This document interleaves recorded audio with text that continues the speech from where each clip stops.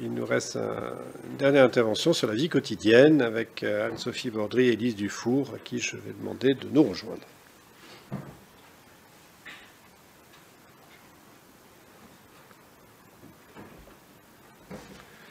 Bonjour. Merci beaucoup. Merci.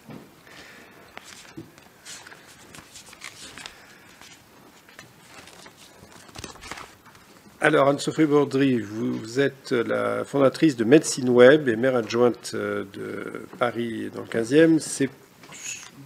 Encore une fois, la parole est totalement libre. C'est plutôt sous la casquette d'acteur public que vous allez intervenir.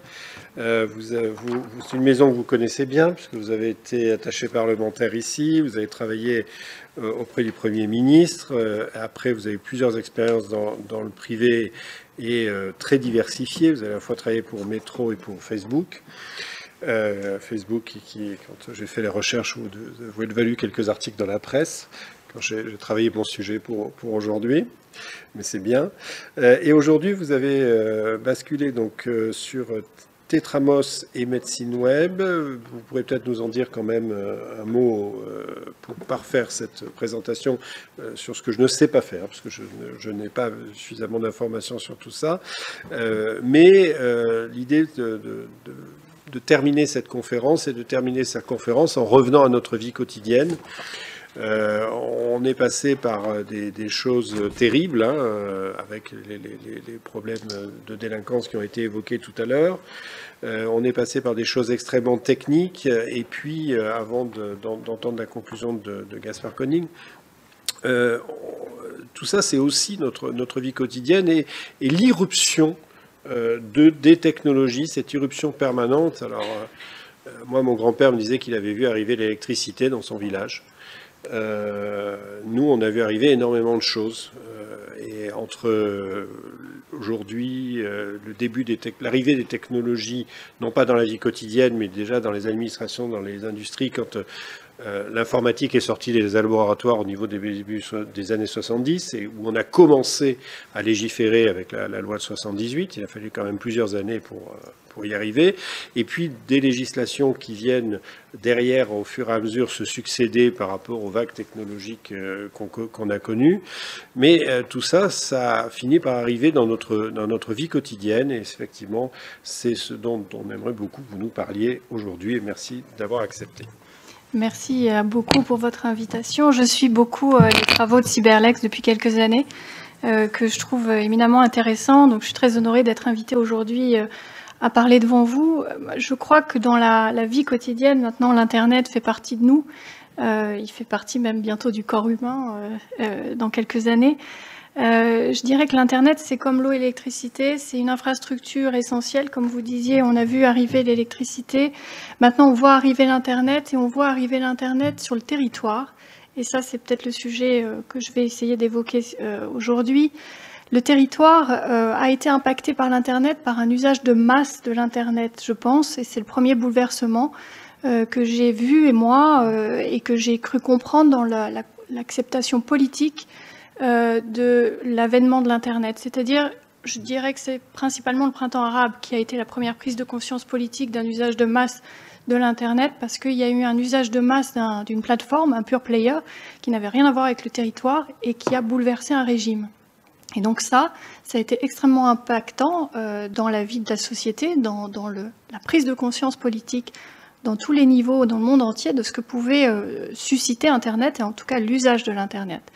Je dois dire qu'à ce moment-là, moi j'ai été employée chez Facebook, ça a été une expérience tout à fait unique, de voir à quel point finalement les usages de l'Internet utilisés en masse, parce que l'innovation précède les usages. Facebook n'avait jamais imaginé que des utilisateurs en Tunisie allaient essayer de faire un deny de service. Donc en fait, ils ont fait tomber l'Internet du pays parce qu'ils pensaient que c'était plus facile pour eux de déstabiliser le régime en faisant tomber l'Internet qu'en faisant une manifestation classique dans la rue, comme on connaît nous en France. Et ce fait-là a été extrêmement important parce que le régime a essayé de rallumer Internet et ensuite d'aller mettre en prison les personnes qui avaient été utilisateurs des plateformes Internet. et donc pour préserver son régime et son autorité. Donc là, on a vu, à ce moment-là, à quel point l'usage de masse pouvait s'imprégner, impacter un territoire. Il y avait un impact sur l'exercice de l'autorité. Alors qu'est-ce que l'exercice de l'autorité? Après, on a vu tout à l'heure des discussions sur la protection des enfants, sur le harcèlement, sur la pédophilie, etc. Un usage de masse de l'Internet dans une classe contre son professeur, c'est un usage de harcèlement en masse d'un professeur. Et donc, ça a un impact sur l'exercice de l'autorité du professeur. Donc, je crois à quel point l'usage en masse est très important pour nous, pour nos territoires. À la mairie de Paris, on n'est plus dans les pure players simples, on est aussi dans l'IoT. L'Internet des objets va bien s'implémenter partout sur le territoire, mais comment doit-il s'implémenter? Alors j'aurais un petit mot assez optimiste sur l'usage du droit et des réglementations, parce que là il est venu protéger en fait les utilisateurs, les citoyens urbains, parce qu'on a par exemple élaboré une charte pour la 5G. Une charte, c'est assez souple comme dispositif juridique, et la charte est venue en fait expliquer comment les opérateurs pouvaient disposer des antennes 5G sur le territoire de Paris. Donc c'est un sujet extrêmement important, c'est un sujet extrêmement politique, un sujet qui peut susciter aussi beaucoup de critiques de la part de certains dogmatismes.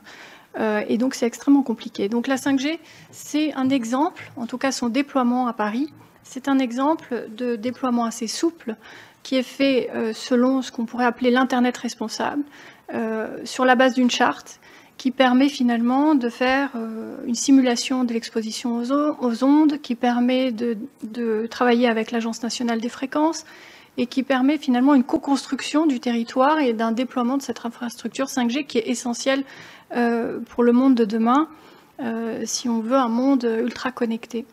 Donc la frontière entre le monde digital pur player qu'on a connu il y a quelques années et aujourd'hui, elle devient extrêmement fine, voire on ne la voit plus finalement. Alors, je dirais que on va vers le métaverse où il n'y a plus du tout de frontières entre la santé mentale de quelqu'un qui vit à la fois extrêmement fortement ses émotions dans l'univers de l'Internet, mais aussi dans la vraie vie. Donc finalement, il y a plus de distinction aujourd'hui.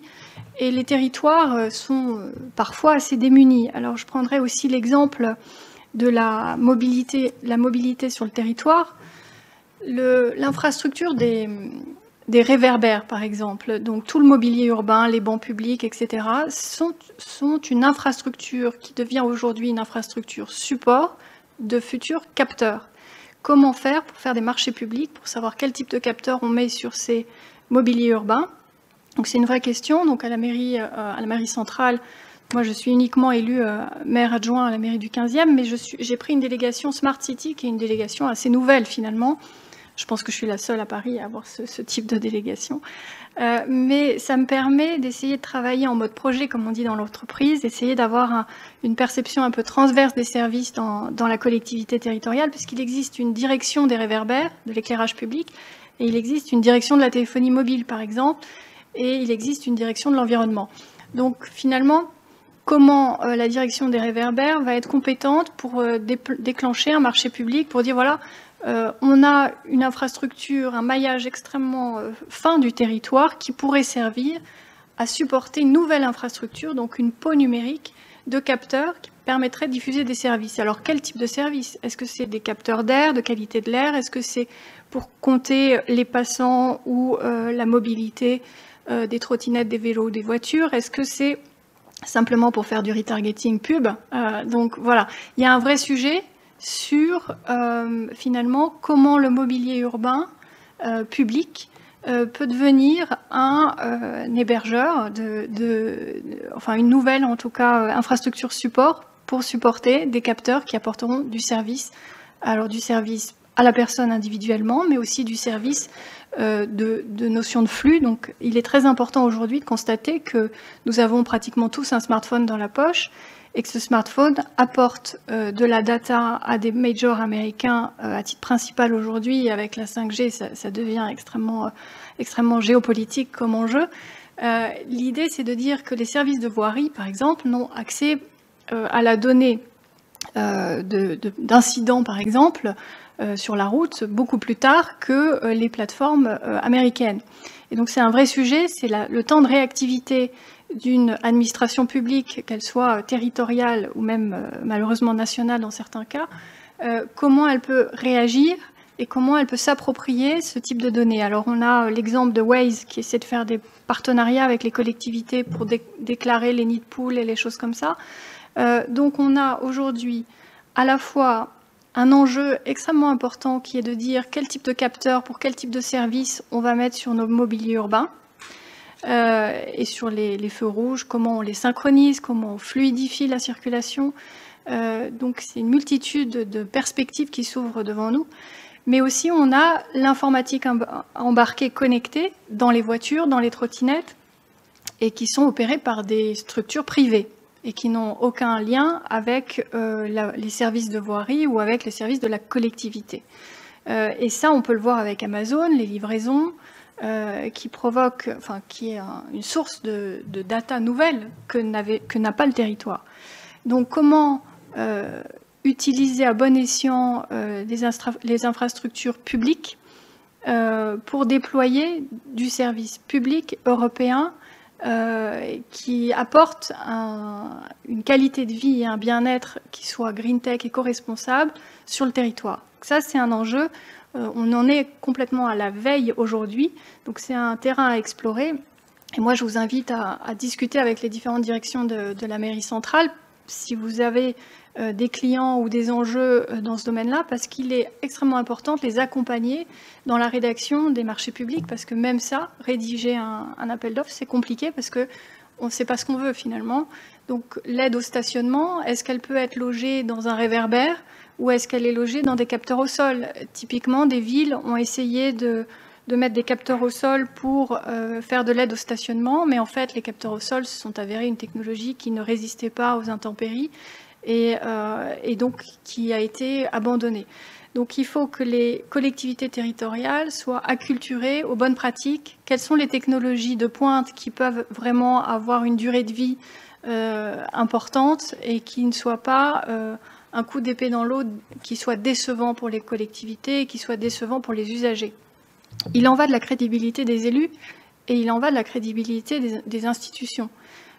Si les institutions ne se modernisent pas suffisamment rapidement, on en arrive à de l'abstention, on en arrive à quoi ça sert, etc. Et on en arrive à une perception de nos territoires qui est déconnectée de la vie digitale. Or, on est à un niveau où les territoires sont totalement aujourd'hui imprégnés de digital.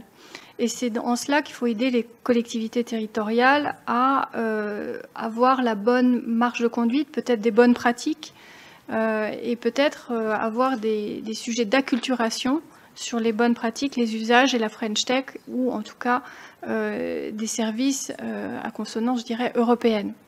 Et ça, c'est extrêmement important, et je crois que typiquement sur les sujets 5G, ce qui s'est passé finalement, si je vous donne un cas simple, c'est que le sujet politique de la 5G a été ceux finalement qui ne veulent pas de 5G, qui ne veulent pas d'Internet du tout, et qui sont prêts à aller brûler les antennes sur les toits ou là où elles sont.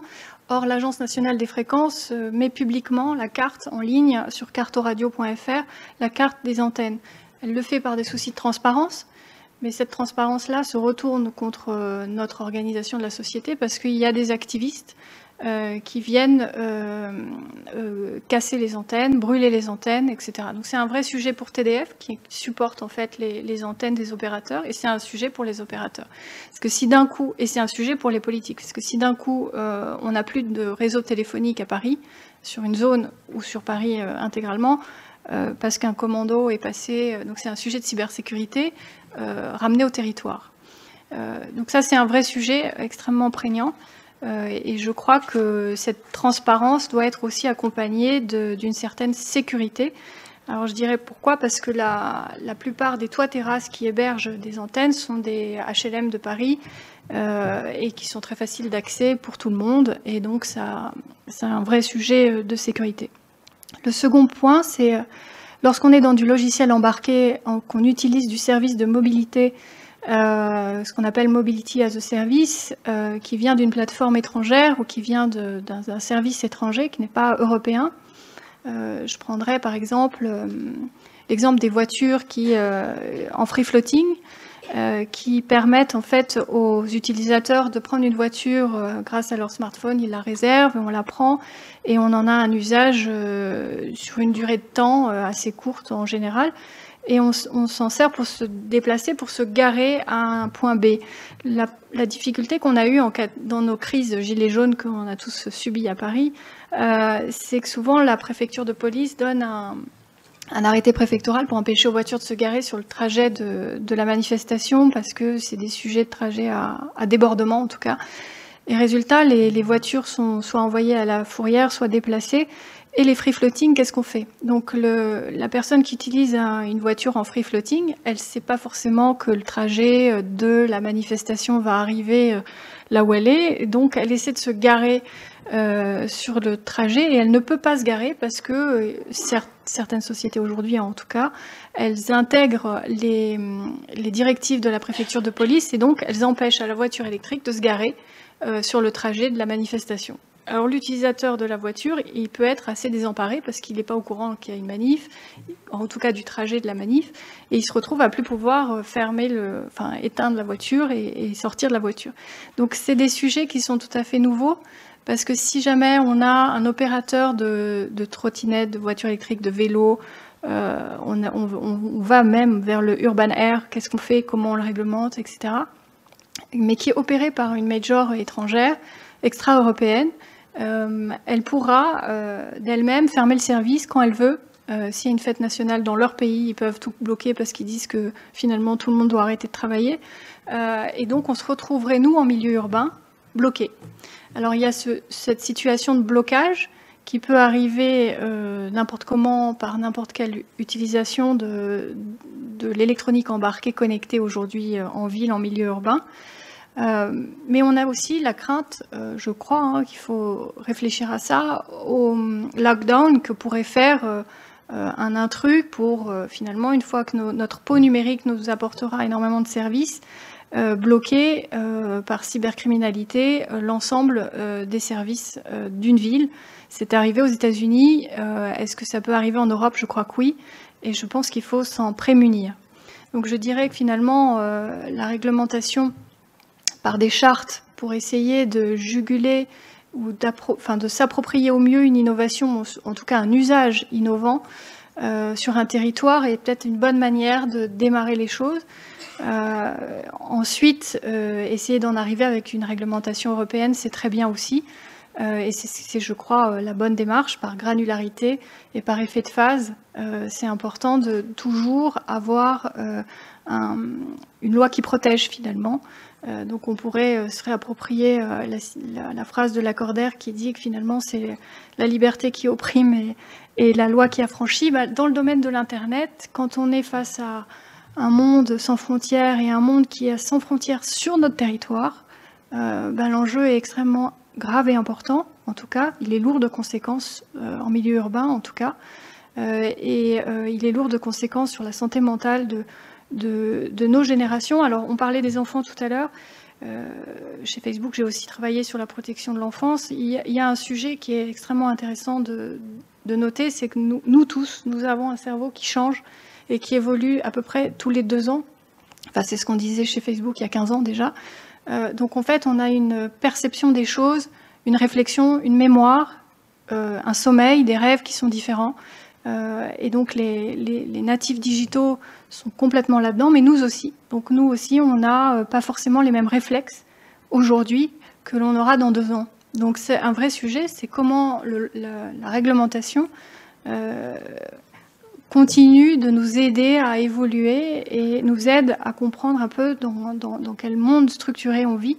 Parce que finalement, est-ce que la ville de demain, la ville connectée de demain, est-ce que c'est ce que voudront les habitants de nos territoires ou est-ce qu'ils ne s'y reconnaîtront pas? Voilà, je vous remercie.